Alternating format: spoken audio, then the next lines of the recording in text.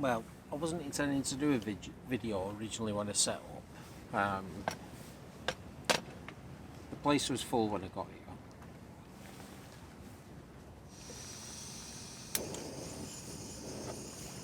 And the guys either side of me actually approached me and said, "Oh, looks like you've drawn the short straw. It's a peg that's normally left out."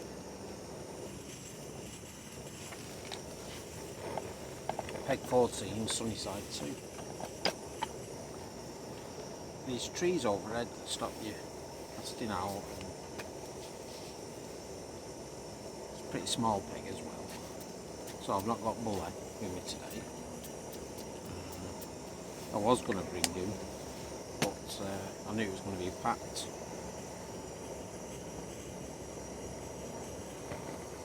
So, bit of bacon.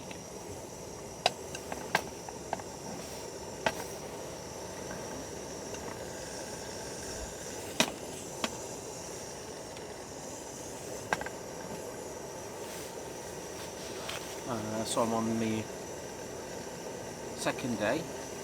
Lee was supposed to move with me yesterday, Lee, my son.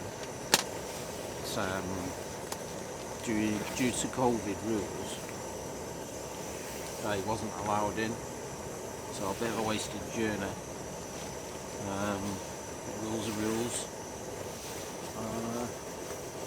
Really windy today. Looked great to get out after however long it's been. We've not been able to go night carp fishing.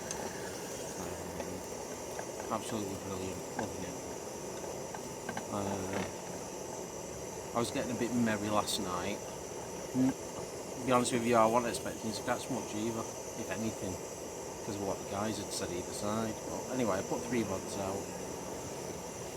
I don't know if I can see. Not far either side, but overhead trees, very, very limited casting. If you brought a pair of waders, you could go out and cast either side. But I don't bring waders, I haven't got any waders. And then last night, about 1 o'clock, a nice 17.5 carp, common, fully scaled. Messed up on the video, you know, I was going to video me holding it because I'm on my top, and that messed up. I was using one of those little Bluetooth button things. Messed up, but there's a photo of it, albeit not a great photo, but it's alright. And yeah, pleasant surprise. So I've been fishing bloodworm wafters, and then putting one of those toppers on, and that actually takes the full weight of the hook, so not just the bait.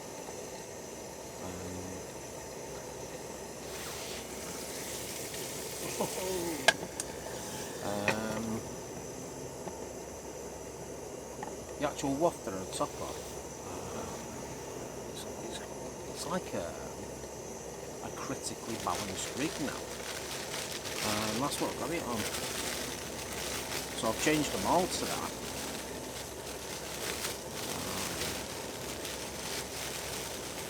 And see if it carries on, because one from a peg like this is surprising. Bailiff's just been, I told him, you know, the trees are a bit in the way, and he said, well, people normally bring waders. Carry off on my trolley.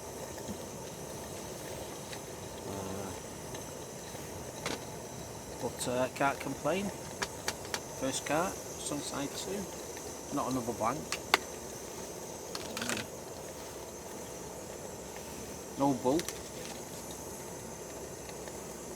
He'll be crying at home. So, just having a bit of dinner now.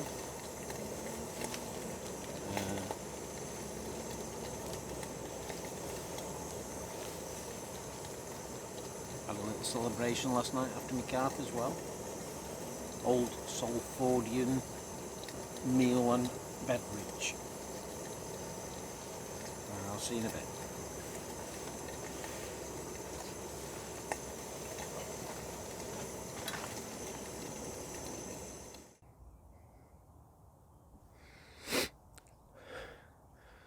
So, getting ready to go home now. Beautiful morning. Still only had the one on the first night. I had nothing on the second night.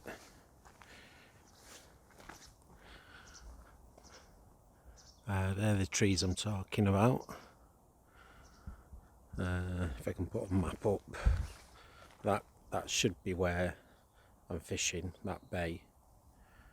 But restricted. Bailiff said he uses waders, but I didn't bring any waders, so it was out of my range really, apart from flicking as far as I can.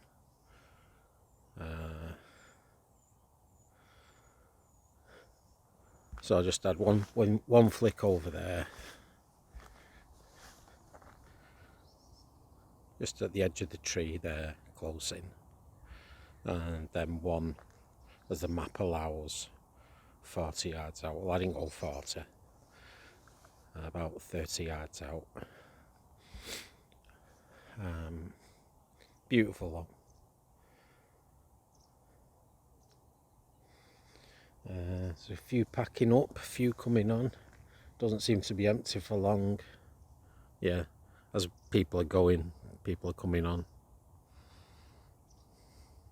Absolutely gorgeous morning.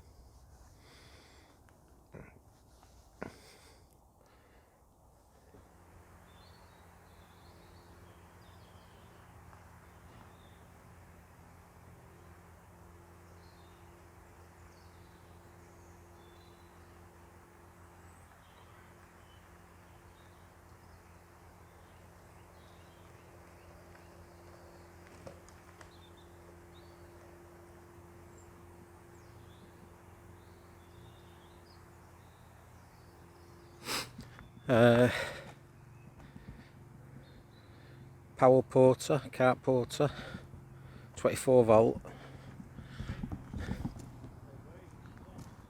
fully loaded up. Just coming back now after the 2 days fishing have been allowed, and easy mode, definitely.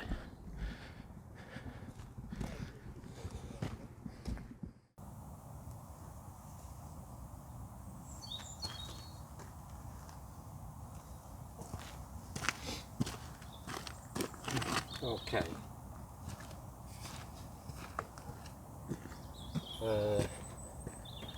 These are fully extended.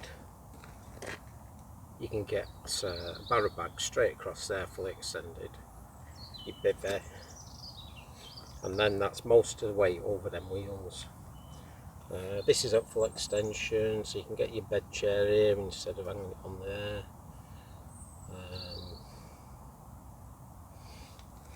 This one, and I'm glad that I put my winter clothing in, because last night it was freezing. That's ideal for throwing all your clothes in and stuff you don't normally want to bag up and take. So all the winter clothing in there, which I put on last night, and then you just carry it, put it in the bivvy.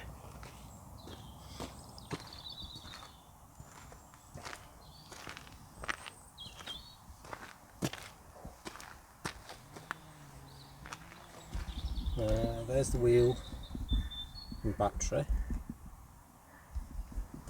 It's a really heavy battery pack. I'll just disconnect that.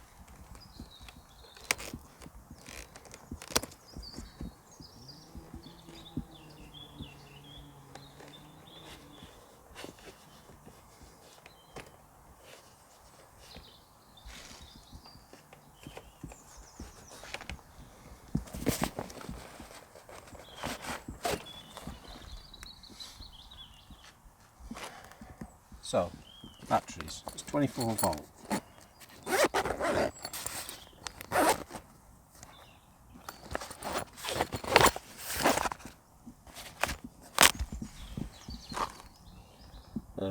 on the website it says it'll do 6 mile. Looking at the 2 batteries and the weight of them, I think so, easily. Of course, with any battery, so make sure, guys, you charge them up. First charge is the most important charge on a set of batteries. I would say, don't know, could be 10 kilo there. I'll put that in the car footwell. The centre wheel, the motor, these two, when you release them, that wheel will just drop out.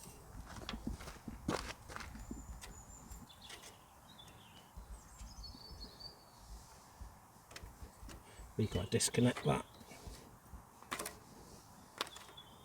Make sure that's disconnected. Yeah, that goes to your handle over there. The water carriers. I didn't realise I used a gallon cups of tea and whiskey, so I only emptied one, didn't empty the other. But when weight isn't an issue, carrying weight here, what the hell, I just left it full.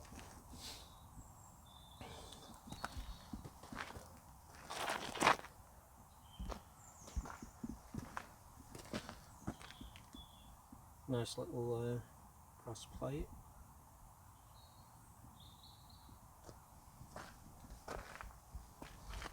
Right.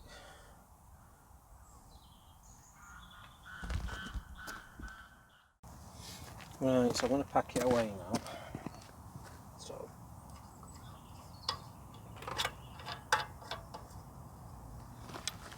the rod holder rest off, the water's off,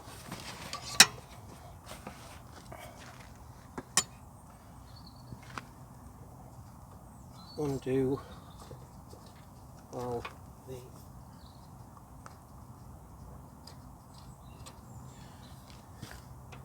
so these go back in. Let's give them a nip.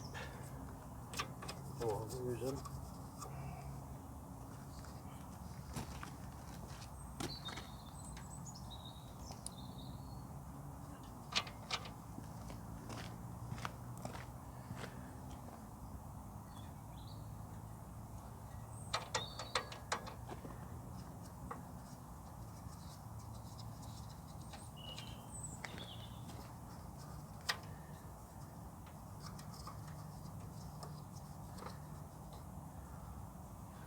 Right, so I'm going to undo the front wheel while I'm here.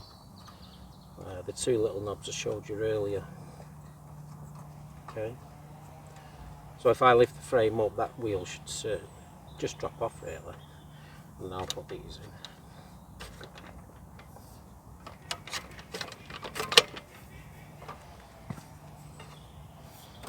Okay. Lift them up. Bring that in, down as far as it'll go.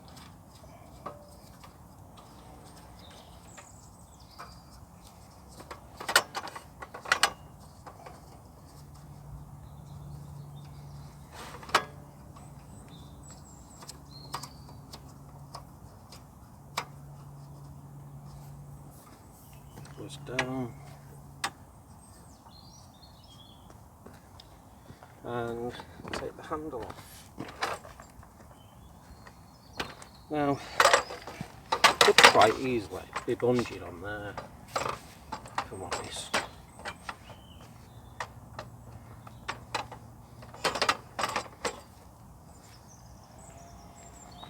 And that's what I think I'll do in a minute.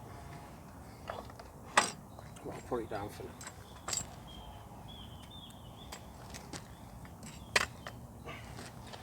Right, the back wheels. Just going to take the front wheel off now. So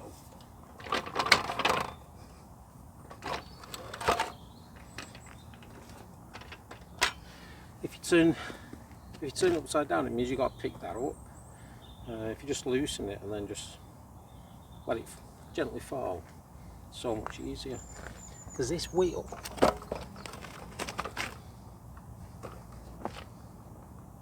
again, probably 10 kilo.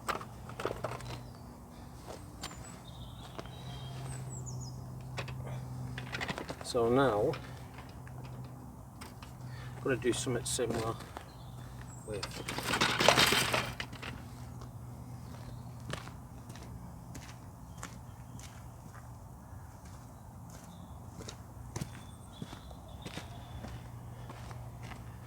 right. I'll just turn it around so you can see that.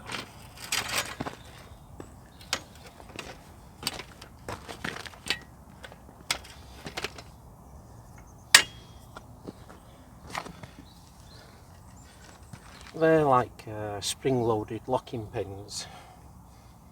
Okay, if you pull it out, so I'm going to loosen the locking screw at that side on both wheels, and then that pin, you pull it, twist it, stays out.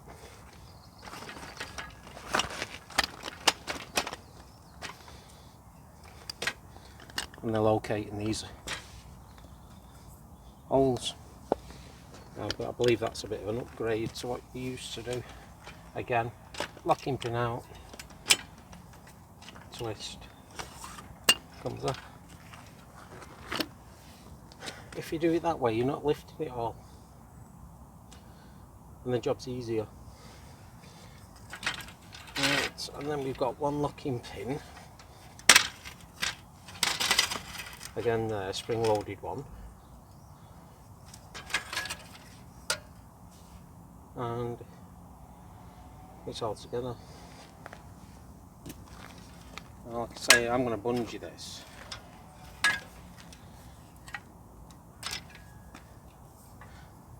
Just put that there. Get a bungee.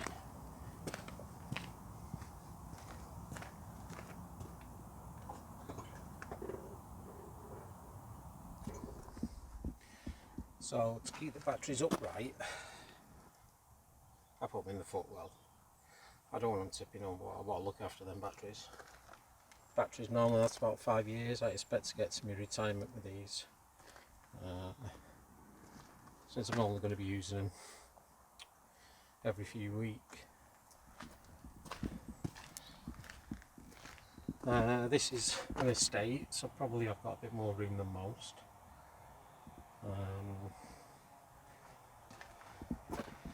But considering the size of it and what it can actually carry, I think it's rated to 200 kilo. I'm pretty sure it was 200, they say on the website. For me, it's a total win. Absolutely chuffed. It's £1,000, but well, you don't get much change for a graphics card for £1,000 these days. So, relatively speaking, I didn't get a sweat on taking my gear to the peg. It was a stroll coming back. Great purchase. I had to wait 2 months to get it, but because there's a bit of a waiting list. But really happy. Cons, I think the only thing I was critical of, if I'm honest, I'm being picky as well,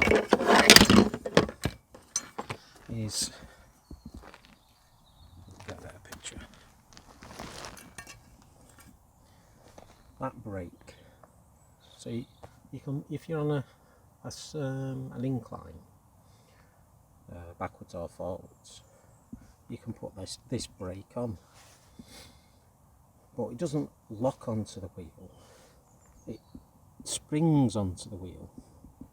So if the incline's a bit much or there's a bit of mud about, it doesn't, you know, it isn't, it's not that great, but you know, happy with everything else. And I suppose I could mod it to lock in a position and put pressure on the tyre and lock there. But like I say, I think carp are absolutely brilliant. I'm probably actually now going to buy some more of their bags that fit in the bottom of the trolley. Makes life easier.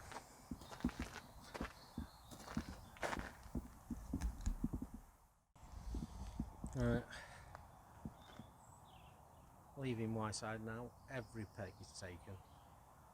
People were waiting to take my peg, and mine wasn't a great peg. If I had a choice, I wouldn't have that peg again.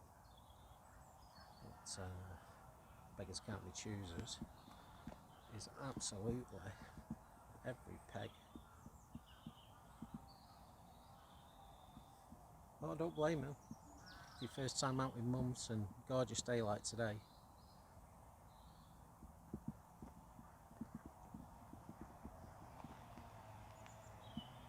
Yeah, I'll be back.